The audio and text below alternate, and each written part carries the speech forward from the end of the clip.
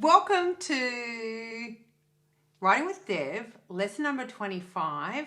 This is 5th in my series of 10 top 10s, and today I bring you top 10 reasons that feedback is bullshit. I know many of you who have been to my gunners or aware of what I do will not be at all surprised that this will be one of my very favourite top 10s. Number 10. When people give you feedback, they're giving you feedback on an omelette mix, not an omelette. So if it's finished, it's out there, right? That's the omelette. Imagine if somebody walked into my place at about 8:15 this morning when I was whipping up, true story, you know what I was doing? I was procrastinating. I was making a frittata with last night's potatoes. So if you'd walked in about 8:15 and you put your finger through what was in the bowl, you go, this is the worst omelette I've ever tasted. It's like, mate, it's an omelette mix. Number 9, reason that feedback is bullshit. Well, everything sucks till it's finished. Look, I'm just going to say it again. People are comparing your back of house with someone's front of house. Imagine like taking them to a restaurant, but instead of taking them into the dining room, you take them into the kitchen and they go, this is the worst restaurant I've ever been to. There's no chairs, there's all this fire, there's steam, there's crazy psychotic chefs screaming at each other, and there's just knives and fire and boiling water and frightening things everywhere. It's like, yes, it's not finished. All right, number 8. Number 8 reason that feedback is bullshit. You know what? Because if you give it to someone, chances are those person is going to know who you are, or those people are going to know who you are. And they're coming to it from an emotional place. And getting feedback from a professional editor is totally different to just giving it to a mate, right? A mate is not going to go, this sucks. If they love you, they're going to think that whatever you do is amazing. And there's some people that I hate. And it doesn't matter what they do, I'm just going to go, that sucks. But there's another weird place.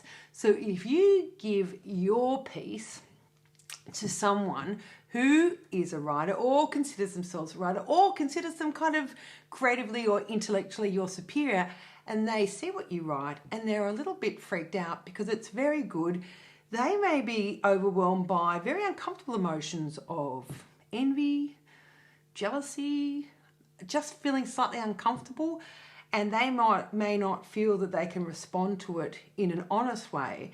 And even if they say, oh, that's really good, you can see that 70% of that communication is non-verbal. They can't be trusted because they know you and they love you, or they hate you, or they thought they loved you, but they're a little bit uncomfortable because you seem to have written something which is very good or may show them up in some way, shape or form. Number 7. Reason that feedback is a bullshit. A lot of people feel they have to say something negative, otherwise they have not given it any consideration and they look a bit dumb. Now, you know my take is that all the feedback you need is, this is brilliant, you are awesome, just keep going. You all know that. I mean, I've got it, I had it on mugs, I have it on a stamp, I always say that to people. That is all the feedback you need. A lot of people just think that's not enough. So when I was young and I'd go to theatre or cinema or, you know, the ballet or go to the MSO, we'd be out having our cheap plastic cups full of bad cask red wine and smoking ciggies out the front. People say, oh, you know, so what do you think? And I'd say something like, oh, well, I didn't think the lighting really did the narrative justice, or I think they could have put a little more thought into the set design. I had no idea what I say. I just thought everything was great. But I thought I couldn't just say everything was great, because if I said everything was great, people would just think that I was just dumb. And there's still a lot of people out there who feel that it's just not enough to say, it's brilliant, can't wait to read more, well done. Number 6 reason that feedback is bullshit. So a lot of people are pleasers. They may show interest in your writing. Oh, that's wonderful, your writing, how fabulous. And they may offer to read it. And they hate reading. They hate what you've written. They hate the genre. They don't understand it. They see it as an obligation.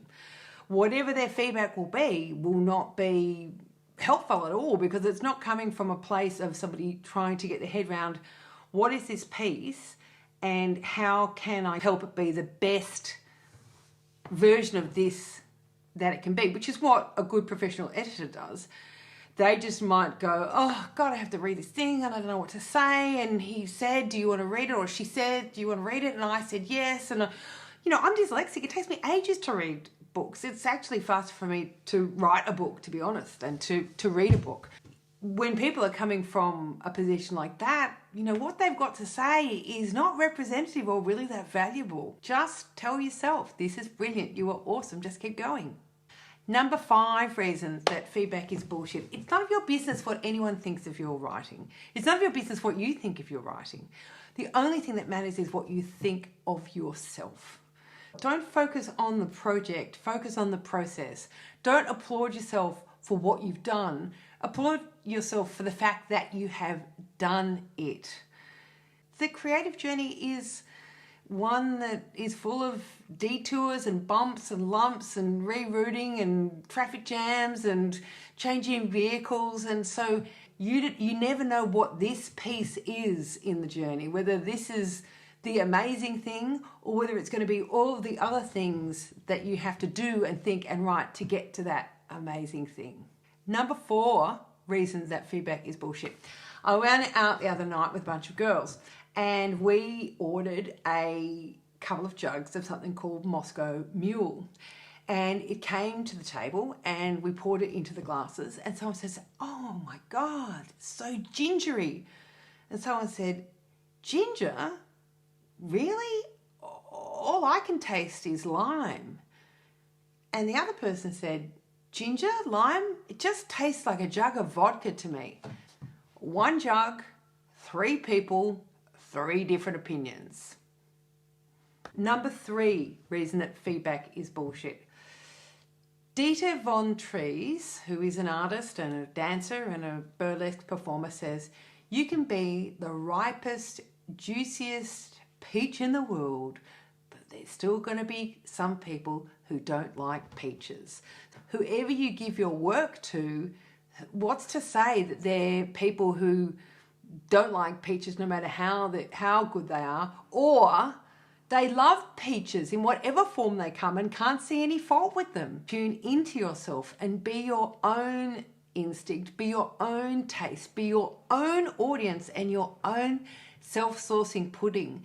Feedback is just not relevant or helpful. Number 2 reason that feedback is bullshit. Okay, we're going to talk about a very famous Dutch roundabout.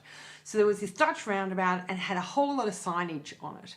And there was a lot of fatalities there, there was a lot of collisions there, and there was a lot of injuries there. And they had done everything they could and they couldn't work out what to do. So of course, like any small government bureaucratic situation, they got some consultants in and paid them a lot of money. And they said, we've done lots of tests and we've done lots of modelling, and what we've decided will be the safest thing to do is just to remove all the signage, all of the traffic lights, all of the road markings, and have it totally blank. There are so many collisions here because people are just responding to all of these different stimulus. Go this fast, go into that lane, don't do this, do that. We'll just remove everything, all the signage there, and we'll just let people use their own nous and not have their instinct pulled off track by these signs and these orders and these indicators and these requirements and these regulations. They got rid of all the signage and everything that was, on the ground. And you know what? Cut down collisions, injuries and death to 0 because people were not relying on external stimulus, what other people said. They weren't relying on rules and feedback to work out how to drive. They were just getting into the situation, looking around and working out what they thought was the logical, common sense best way through.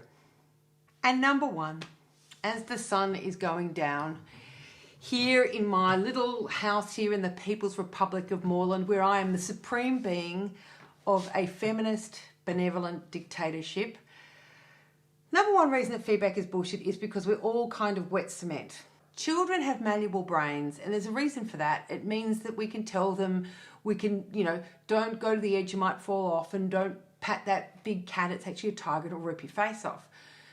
The earlier in the development of a writer or an artist's voice, and earlier in the project they're working on, it's got to do with a kind of a level of developing confidence as a writer. It's got to do with confidence in your project, and it's also got to do with a lot of rinse and repeat. The more you write, the better your instinct gets, the better your taste gets, and the better you become your own audience. The earlier in a project that people get feedback, the more harmful it can be, because it pulls people off track. Imagine if I had gone along to my publisher's Black Ink and said, hey, I want to write a book on writing.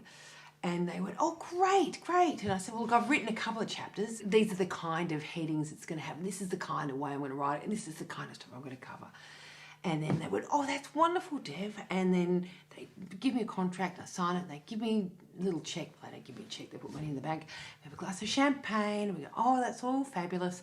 And then they said, oh, you know what you could do? You could talk to some of your students and you could find out what they think of what they've learnt from your classes, and maybe you could talk to people who've been really influential in your writing career, people who have been writers and artists that you've looked up to, or journalists, and talk to them about what their advice is. And I'll be sitting there having a glass of champagne and getting another glass of champagne, and then I get on my bike and I'm wobbling home in the back streets. I can't even remember what it was that I wanted to write, and is that my idea? Is it their idea? Do they want me to write that? And it gets so confusing.